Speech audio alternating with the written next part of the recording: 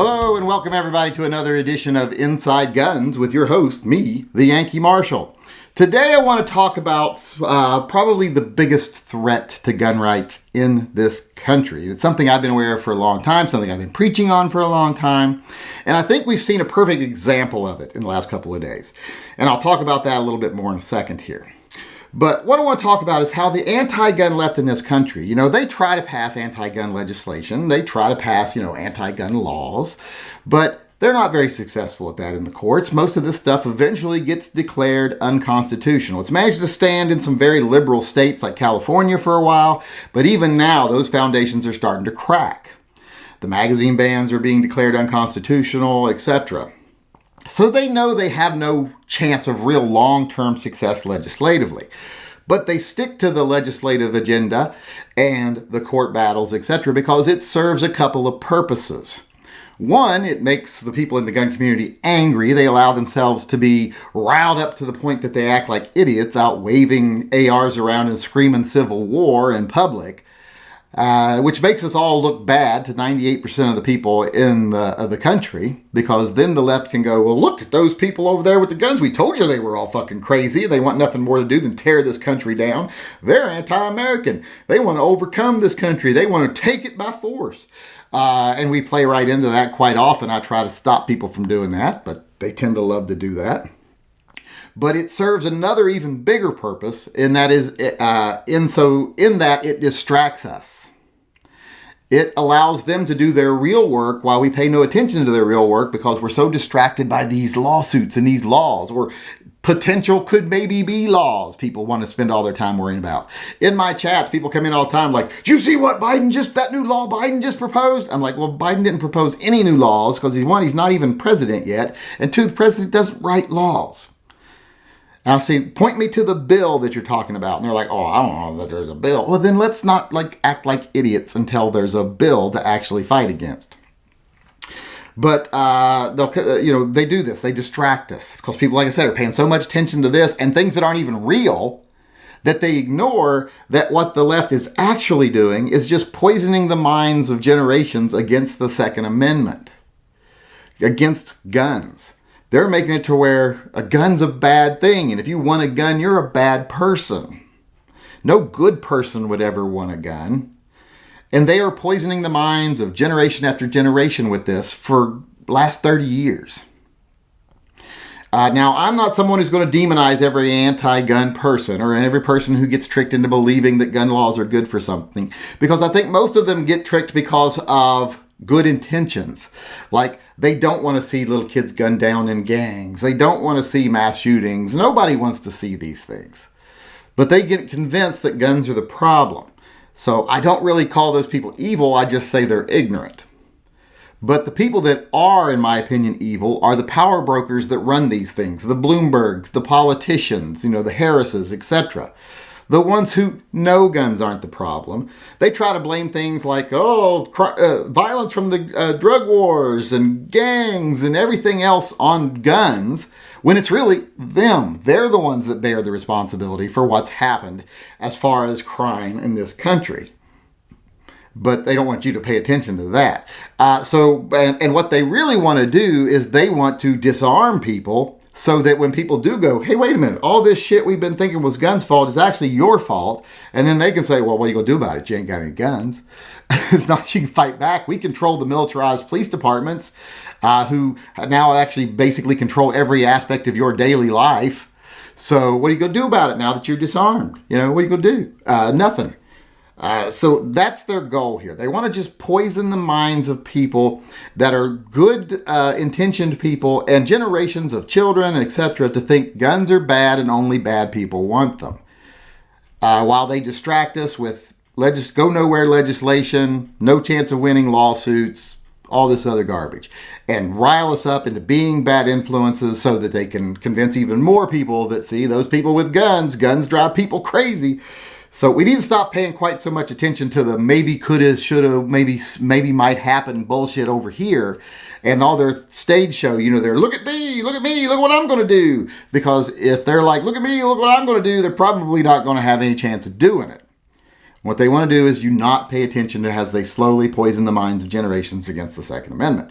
And I think that nothing sums this up any better than this little video clip. I think a lot of people have already seen it. It's of a mall Santa who, when a little boy asks for a Nerf gun for Christmas after being badgered into wanting something because he didn't even know what he wanted, and he's like, something, come on, tell me something. And he says, Nerf gun? And Santa loses his shit. Now, I know a lot of people are trying to defend the Santa, but we'll talk about that after the video. So let's go ahead and I'll play this video here for people who haven't seen it. Then we'll come back and we'll talk about it. What do you want for Christmas? Give me a second.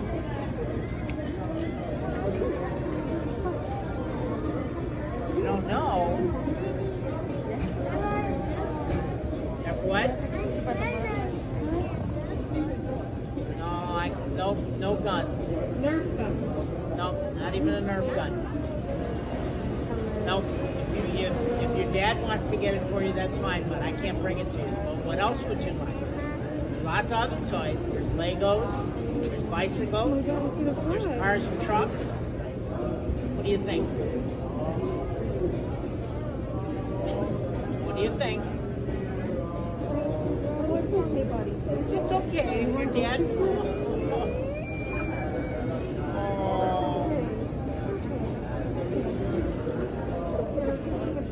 All right, as you can see, little boy asked for a Nerf gun, and the Santa is like, no guns. No guns. You know, can't have guns. Can't be doing that. Now, a lot of people are trying to defend the Santa going, well, it's probably store policy or mall policy that no toy guns. What policy would that be? That you can't mention guns? And even if that is store policy or mall policy, why does the mall have the right to impose that opinion on people? That, oh, kids can't ask for toy guns. That's an awful thing to ask for. Imagine if that kid had said, you know what I want? I want a new Bible for Christmas with my name on it. And Santa would have said, no religious stuff, no.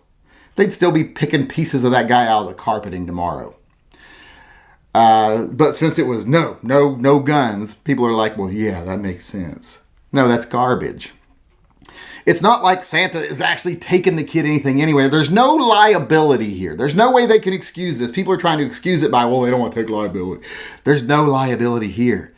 No one actually believes Santa Claus is going to bring this kid a toy. The mall's not giving this kid anything. No store in that mall is giving this kid anything. He asked Santa Claus for a Nerf gun. All that Santa should have said is, oh, I'll put that on the list. That's all he should have said. Not, oh my God, that's bad and you're awful for asking for it. He moved this kid to tears because that's the way the kids saw it. That tone, kids are very good at picking up on tone. And the tone of that Santa Claus, his body language, everything was, you just did something horrible by asking for that gun. That kid picked up on that. That's why he's crying. He just got told by Santa Claus that he's a bad kid, basically. Because of this anti-gun agenda that the left is trying to push on everybody, that guns are the bad thing. Unless, of course, they're in the hands of militarized police who they want to enforce the anti-gun laws, then they're all for the guns. If it's, Bloomberg loves guns in the hands of his bodyguards, in the hands of the New York Police Department that acts as a private security force for the wealthy people, loves guns then. Just doesn't like them in the hands of common citizens. And this video is a perfect example of that. So I think we need to start paying more attention to the subversive garbage that's going on in programming kids and everybody else that guns are bad, and start becoming a positive influence in the opposite direction. Start becoming positive influences for gun rights in this country, and stop flipping our fucking powdered wigs every time that someone even suggests that they're going to try to pass a law. We're real good at fighting those laws. We're real good at fighting those court cases. We have organizations set up to do just that. But they're spending way too much time doing that and not enough time being positive influences for the gun community so that all this negative programming doesn't take hold. Like I said, there was no excuse for this, what this Santa Claus did. The way he did it, it's clear it's not just policy. He felt that. And that little kid caught on to that. That's horrible. That right there is exactly why I do toy guns for tots. So after I point out that my whole point of this rant was, let's stop panicking and let's stop freaking out and let's stop screaming in the streets over shit that ain't even happening.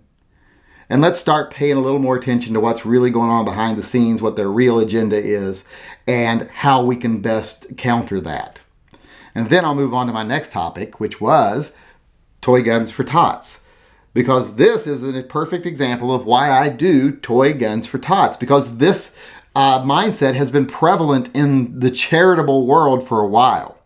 I've worked for multiple organizations that took in toys at Christmas time for kids in need.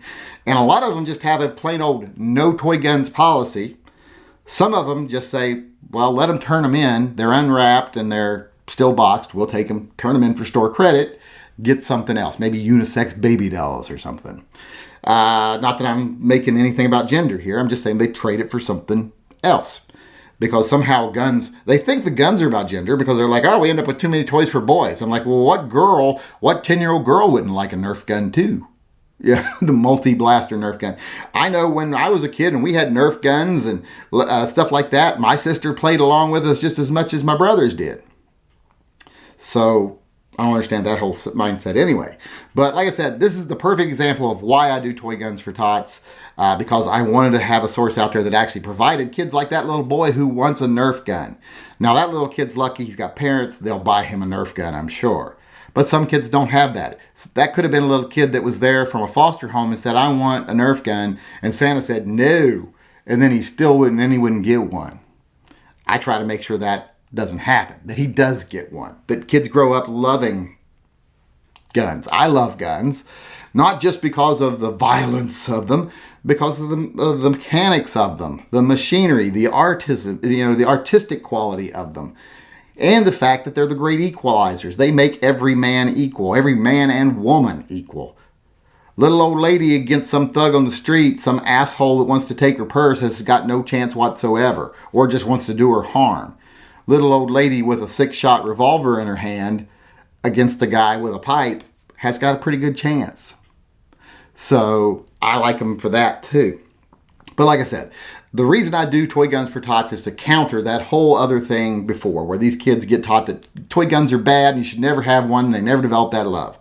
And as you know, yesterday I showed you part 1 of actually completing the project. We bought so many laser tag and Nerf gun toys this year. It was just incredible. But because we bought so many, we had trouble dropping them off. There wasn't a place that could accept them, and the police department wasn't open, and all the other drop-off places are like, we don't have room for this. We have a bucket out front. One of those bins. So had to make special arrangements to take it over to Beaverton. So I want to show you some video today of us actually completing Toy Guns for Tots 2020. Let you see that here now. All right, I've got the van here now, and I am heading on my way over to Beaverton to drop it off because I contacted them. Mill Plain Boulevard for 2 miles. Yeah, and they don't have room over here for the amount of we're donating, so I have to go to a central location over in Beaverton. And I'm heading over there now, so it should take me about, I don't know, about an hour to get over there from here. So I had to keep the van for an extra day. But like I say, on my way over there now, I'm by myself today. All the kids are up on the hill because AC wanted to be up there playing on the four-wheelers and stuff. So they're all up there, and they've got people to help me unload when I get over there. So just going to go over by myself and get all these toys back there. You can kind of see them through the gate there. Get all of these donated so that we can get this done with. So I should probably be paying attention to driving right now and not filming. So I will see you all when I get over there. All right, I don't know if anybody that watches my channel watches The Flash, but if you do watch The Flash, just a little bit of trivia here, right over there as we're pulling up here, you'll see this area over here, like where the tram is, and there's building construction over there. That's where Star Labs is on The Flash. That's the part where if you show, when they show it, that's where it's at right over there. They just digitize it in. And over here to the other side, that's Portland. That's also where all the exterior scenes of the city for The Flash are. It's not really city, it's actually Portland, Oregon. So just wanted to let my viewers see that if you watch The Flash. Yeah, I'd like a large vanilla cone, please.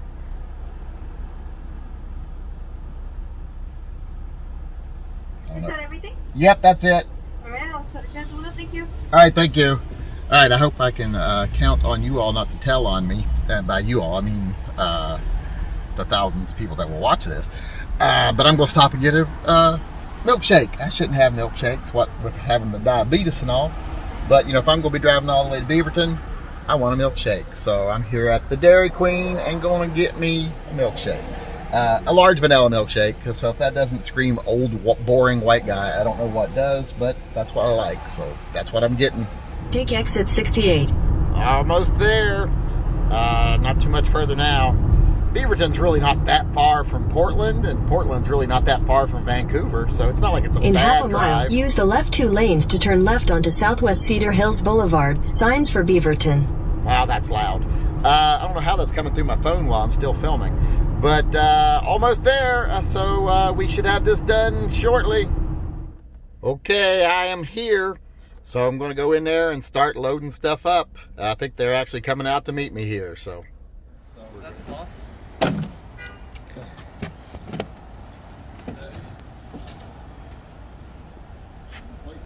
you can see why when we went, they were like, we don't have room for this. I totally understand. It gets declined. My car gets declined. Oh no, because it's too much all at once? Yeah, and then I had called the bank and got it set up ahead of time. Yeah. So they say, well, it's not our fault, it's the retailer's fault. Tomorrow I'm going to spend my day going and finding a bank different than a bank. Well, all right, there we are. We've got it all unloaded. It's dropped off, and I'm heading back to Portland.